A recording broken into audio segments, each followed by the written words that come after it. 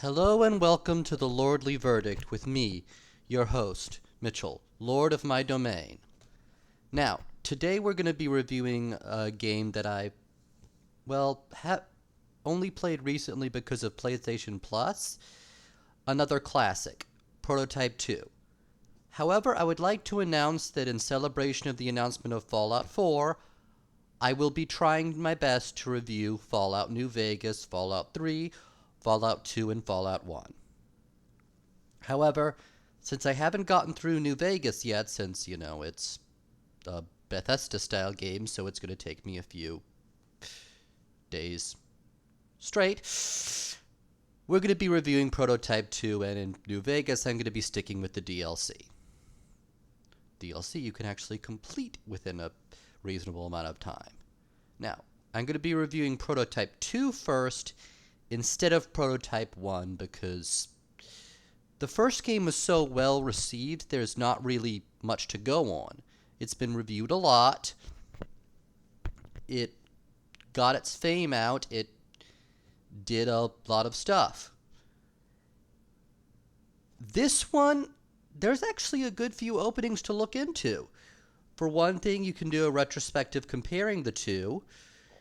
And another, this game pretty much killed Radical Entertainment, and this is despite getting quite good reviews. So a retrospective, looking it over, may actually help and get things started. Not to mention the fact that at the time I played this, I didn't actually own Prototype 1, but I've quickly remedied that, and hold on.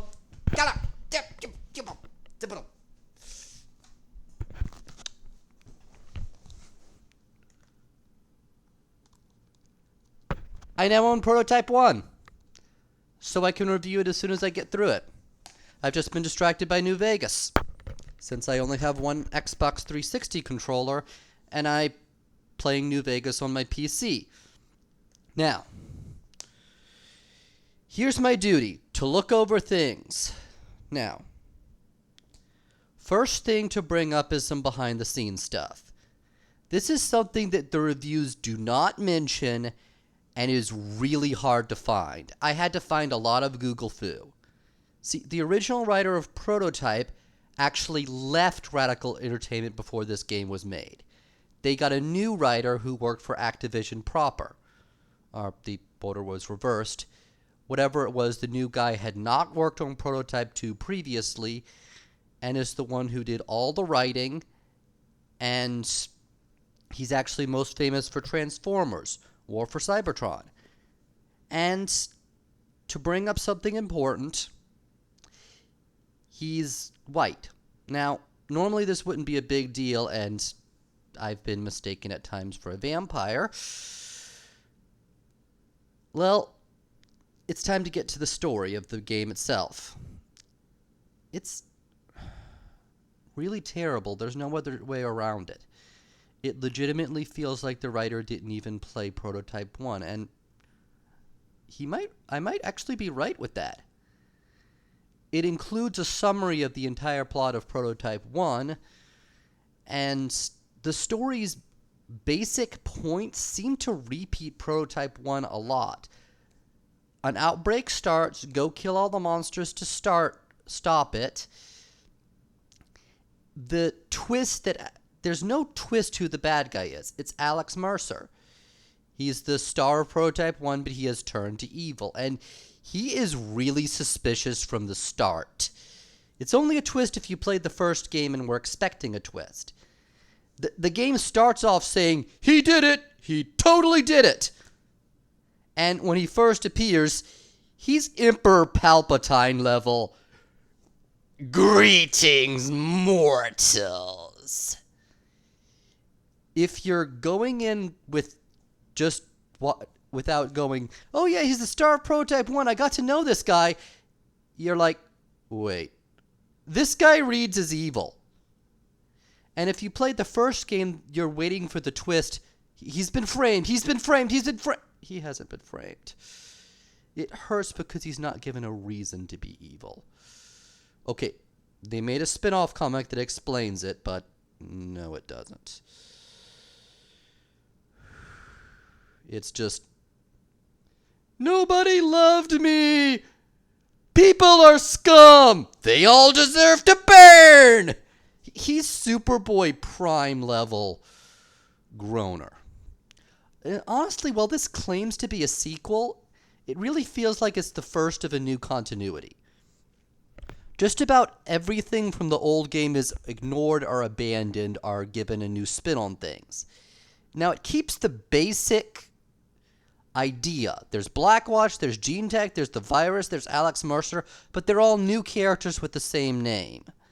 I'll try to get more into the comparison once I finish Prototype 1, but I've given myself some copious notes. Copious. I like big words. I read the dictionary for fun. Now, one idea that can look for it, it's not a sequel. I'll pull a joke from All-Star Batman. Alex Mercer is just some guy named Crazy Steve. No, wait. Better idea. I'll steal Feely from fans and call him Clone Sir. See, the idea behind the Clone Sir theory is that since Alex Mercer is made of a virus, at some point between Prototype 1 and Prototype 2, he got cut in half. And half of him went off to be the typical Alex Mercer, the one we knew and loved from Prototype 1, and half of him is essentially a new being that thinks it's Alex Mercer, but really isn't. It's this one that goes and sees all the evils of humanity and goes, blood for the blood god and all that, as I'll explain in a sec. Now, here's Clone Sir. A lot of games are run by the villain. A strong villain can keep things going, keep things happening, make you invested. Now, one of the bigger flaws in Tomb Raider is Matthias isn't a strong villain. However, it works by making it focused on other things. Still, while Matthias isn't a strong villain, he doesn't really need to be. Alex Mercer, meanwhile, even more so than Matthias, is just cliched. He's not a well-written cliche, as Matthias is. You don't get insight into his head. He's just evil for the sake of evil. His motives are only given a spin-off and can be brushed over, and really you can sum them up in a bunch of trite, cliche phrases. This world is nothing but lies. I will show it the truth of despair! Or, blood for the blood god! Skulls for the skull throne! My parents were mean to me! I'm gonna destroy everything! Pick one, it doesn't really matter. Oh, wait, hold on. You have to get the speech from Hatred. My name is not important. What is important is what I'm gonna do. I just fucking hate this world and the human worms feasting on its carcass. My whole life is cold, bitter hatred, and I have always wanted to die violently. This is the time of vengeance, and no life is worth saving, and I will put into the grave as many as I can. It's time for me to kill, and it's time for me to die. My genocide crusade begins here. That is basically Alex Mercer's motives. The primary difference: the above speeches aren't meant to be taken seriously. Okay, the world is nothing but lies, truth of despair is to an extent taken seriously, but they make sure to give the villain, Hazama, a lot of other spunk, a lot of other motive. You learn to like the guy before he gives his epic speech. Alex Mercer, you never get to like the guy. He never just does. He's never awesome. Especially in Hatred. Especially in Hatred, they actually applaud people who parodied the game. They're like, Lady Gaga made a hug parody, and they went, dude, we love this. I am going to try to review Hatred at some point in time, or at least interview the developers, because I like how they handled publicity. The game itself might not be good, but their responses to things are pretty fun. I actually want to meet these guys. I want to have a beer with them.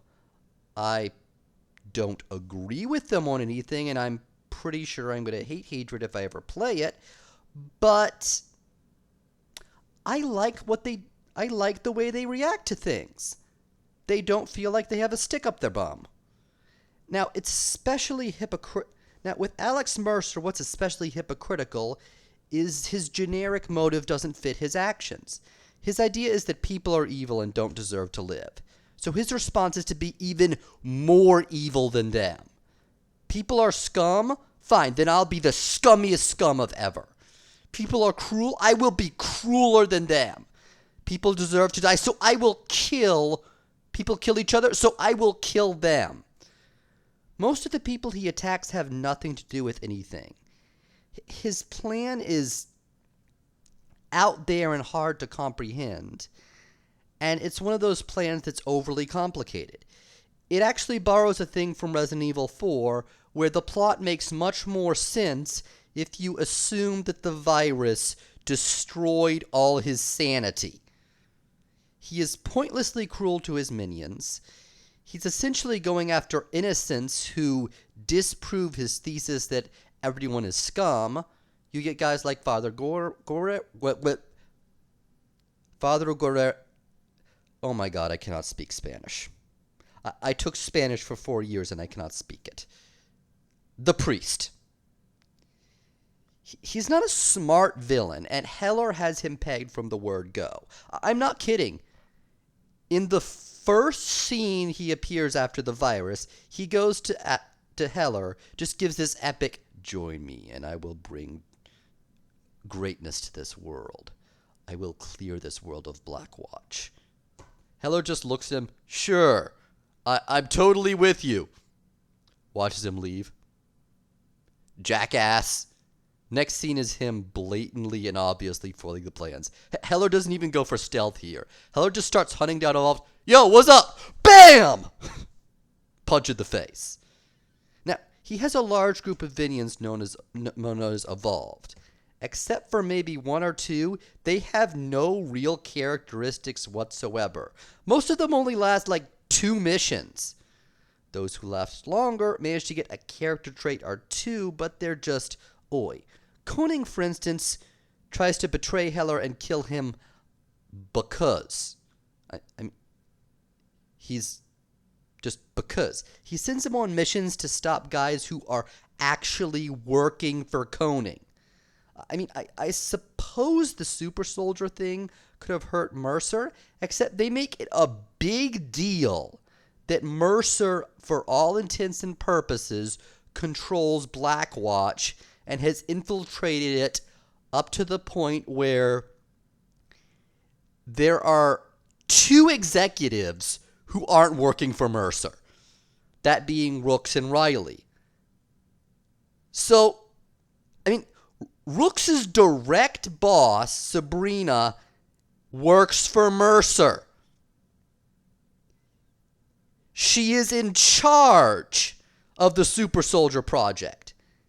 Now, the way they try to get Heller killed is just by sending him against progressively stronger foes. This is exactly how Alex Mercer got badass. He did that to power. He knows the virus. It's just a blame, but it's just dumb. And when Koning's plan to send more cops fails, he goes and says, "I will fight you myself." This is something they parodied in Hellsing Abridged. I'm not kidding. They actually parody the send more cops things. They play it dead straight. Now, here's the joke. There's an evil vampire who's talking with some corrupt officials. He's sending an army to face the hero. "So, we kill this guy, we get immortality." Of course you get immortality. By the way, you might want to send more men." Alucard then slaughters them all, goes up to them and says, "So, how'd you get these guys to work for you?" "Oh, I promised them immortality." "They bought that?" Like discount food. Alucard and the villain laugh over it, and then they fight. Now, this is Koning's exact plan. Now, this ignores the fact that Koning could Koning could kill all these guys. His betrayal just doesn't make sense. Alex Mercer's is firmly in the opinion that Heller will obviously work for him. So a guy who's working for Mercer promptly tries to kill Heller out of, I'm jealous. And then with Alex Mercer, it's, Heller, I shall invite you to my inner sanctum and we shall be best of friends. But anyway, I'm going to leave you alone while I go over and get a beer, okay? Heller promptly just walks off and spins the entire scene going, so, you expect me to work for you? Yeah! And Heller just looks at him like, are you high? Now, I'm going to compare this to Koning's direct counterpart. Koning's direct counterpart in this is Karen Page, who serves the purpose of a person who gives you exposition and then betrays you.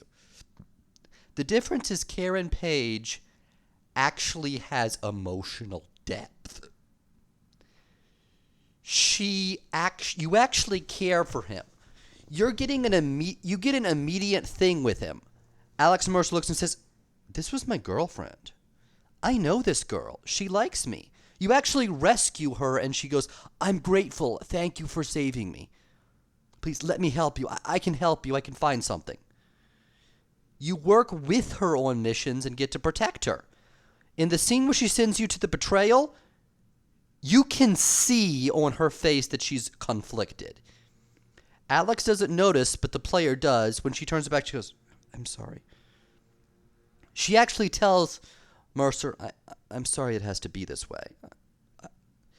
She wants to tell him, but she can't. And when you discover why she did it, it makes sense.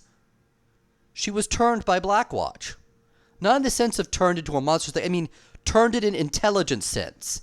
They got her in a room and did actual FBI interrogation techniques. They just said, you're going to die. Your life is over. You have no escape plan. There's nothing you can do. Mercer isn't human anymore. He's dead. Here's his body. The thing walking around with his face isn't him. It's killing millions. If it escapes from Manhattan, we will have an apocalypse situation. Now, we need your help. We have a cure. This cure will kill Alex Mercer. All you have to do is get him into a room with us. And Karen Page says yes. And it works. You actually get to spend a few missions just with your ass kicked. You lose all your powers, and Alex Mercer has a tumor on his back. In comparison, Koning just doesn't do crap. I mean, the super soldiers he sends you to kill, again, it's just ridiculous. Now, I do not like the villains in this game. Big time. I will give them credit, though. Alex Mercer's actual plan, or Clonester's plan, is pretty good. You take the virus and you poison the antidote to instead cause the virus. Problem is, it's overcomplicated. The way he does it, he has so many minions, and his takeover of Blackwatch strains disbelief. Essentially, everyone is working for Mercer except, a few people. Now, the idea would be a good seed if they went to good places with it, but let's get into Blackwatch. It's an antivirus military organization supported by Gentek. Their goal is to be as evil as possible. Now, let me clarify. This isn't a matter of well-intentioned extremists. This isn't a matter of we're doing what we have to do. This is a matter of blatantly 100% evil. For instance, they test the virus on civilians. Not the faction controlled by Mercer. Those guys just don't do anything. They aren't actually blamed for any of Blackwatch's deeds. Human Blackwatch troops, including Rooks, who's the lighter shade of black, are doing this. They're purposely infecting people, and one scene you have is them literally rounding up civilians, sending them into a room, and releasing a bunch of minions on them to go see how the civilians die. Why? Because they're evil. Their blatant stated purpose is, we must weaponize the virus. Why? Because we're evil. I mean, seriously, there is no good reason for why they're doing this. Umbrella has a better rationale. They're actually they're evil for the sake of evil, and they keep things under control. And in each and every scene Blackwatch is in, they're doing horrible things. They murder civilians. They abuse people's rights. They haul people off to test. They throw people in a cage with horrible monsters just to watch. Now, I will give them credit. The super soldier thing, that's actually marketable. You essentially get a super soldier who has power, who obeys orders, who has free will, and isn't mad. Unfortunately, the only one who actually gets dialogue is, "I'm gonna fucking kill you, bitch!" Unfortunately, the second I'm not kidding, his reaction is, "I'm gonna fucking kill you!" That is his actual dialogue. And the minute they appear, they're just random minion to kill. Individual Blackwatch soldiers are scum. They love killing. They love rape. They act like bastards. They exist solely to give people someone to enjoy killing. They have no positive traits whatsoever. See, I'm not kidding. One guy actually has a dialogue where, those infected chicks look pretty good if you put a bag over their head. Another one says, "Yo, bro, what's up, bro? How you doing, bro?" And Rook's the big bad responsible for all this. He's gone way too far to ever elicit sympathy. It's actually something Awakened Fate did as well. Now, I didn't post a review of Awakened Fate because there's really nowhere to go, and it's not that good. I mean, I didn't even make it through the game.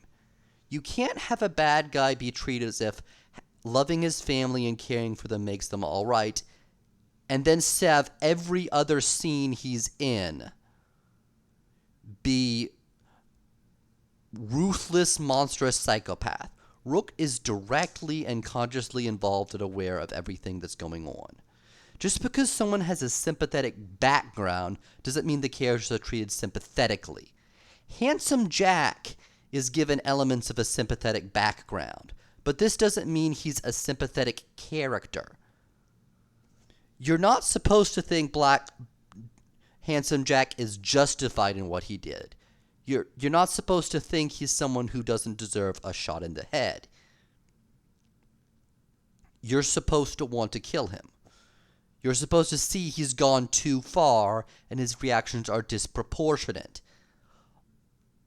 Just a Freudian excuse that something bad happened to you in the past does not mean you're excused for everything. Heck, even in I'll invoke Godwin's law here. Hitler had people he cared about. That doesn't mean he didn't deserve to die. Rooks spends the majority of the game being completely evil, and Blackwatch only confirms it. He goes too far to make him in any way redeemable, and while they try to give him something to justify not killing him, it fails. I'm sorry. It's just, they make him so evil that they have to make Alex Mercer even worse to make him comparable. It's a line that's come up from Exalted. You've reached the level of shit dark. It's 40K grim darkness for the sake of grim darkness.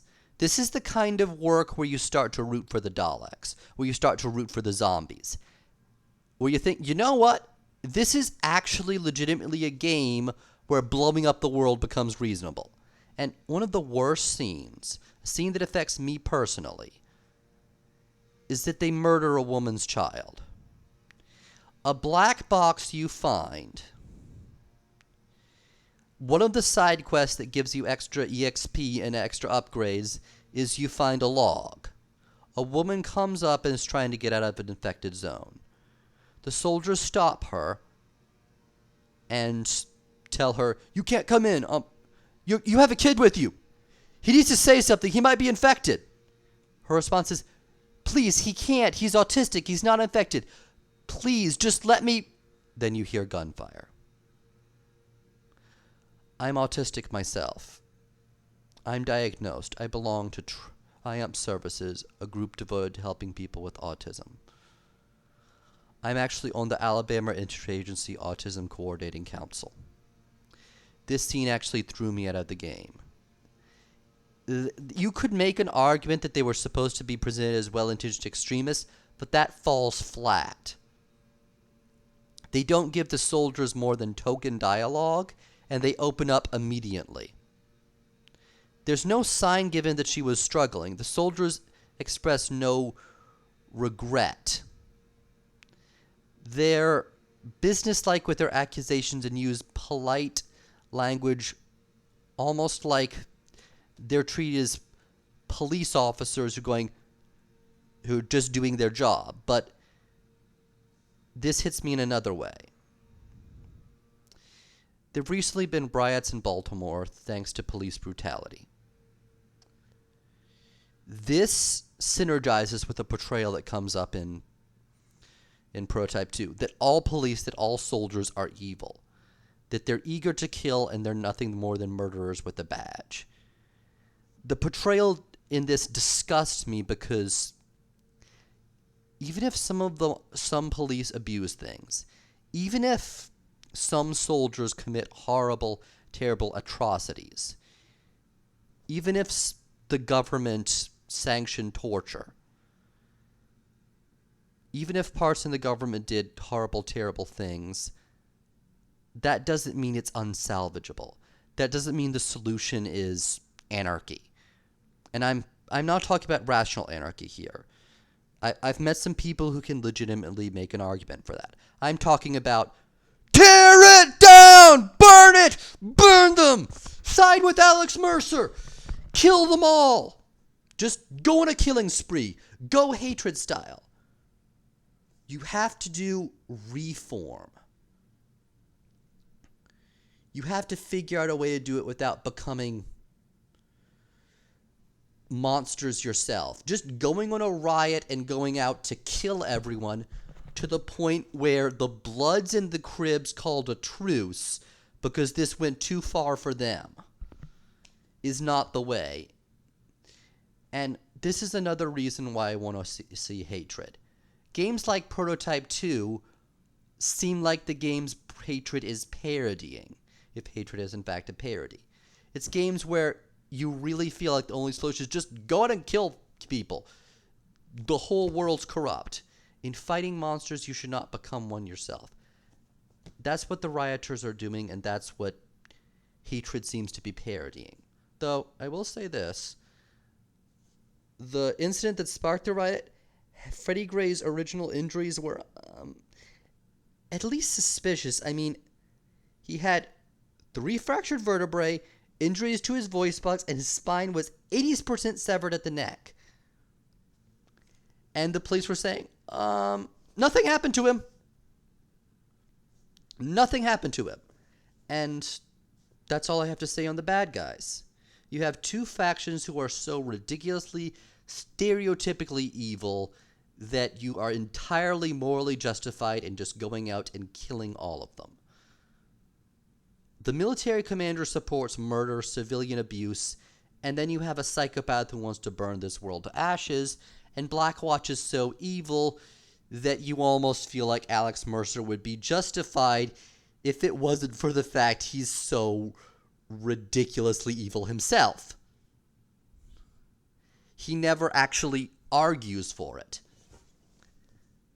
And Heller would have to look good, right? I mean, he's a friend of mine put out, he's awesome. He goes into the red zone armed with just a knife and fights Alex Mercer to a draw. And honestly, he would have killed Alex Mercer if Alex Mercer could be killed. He has to look good in comparison, right? It doesn't happen. Now, first things first is he has a morality pet, Father Guerrera, who essentially serves exposition and to be the moral center. But he doesn't really do much. I mean, he is essentially there for a character that Heller goes and says, "Hi, Father, I really like talking to you. Thanks. So, Blackwatch is really evil. Yep. So, if I were to tell you what Blackwatch is doing, you'd stop them, right? Yup. Here's what Blackwatch is doing. You're going to hurt them, right? Yes, I am. Okay. I'm totally okay with that. And that's what Father Guerrera does. Now, as for Heller, he's a black main character in a major AAA game, but he's kind of a really bad portrayal of a black character. I mean, he's angry, he's black, and that's about it. He's not complicated.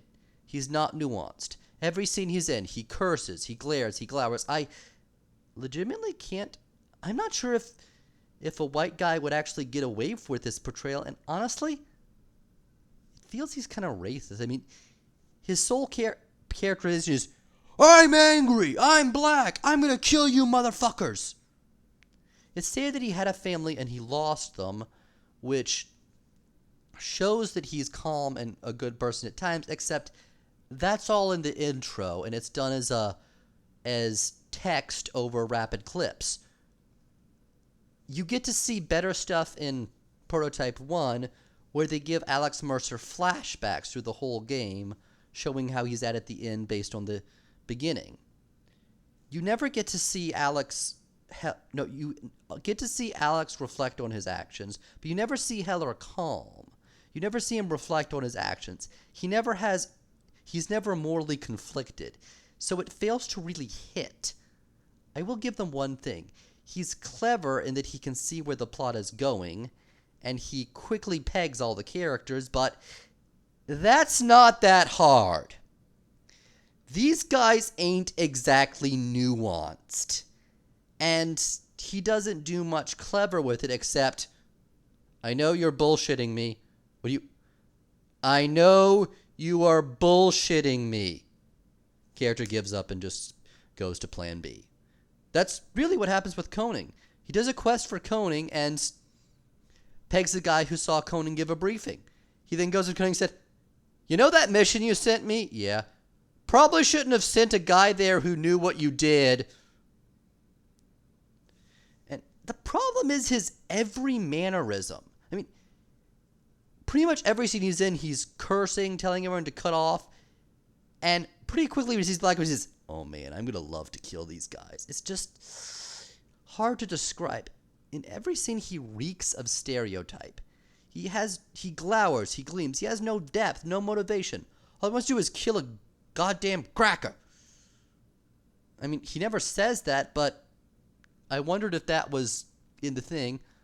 He feels like a blaxploitation character. I mean, he only kills bad people, but somehow that actually feels it makes it worse.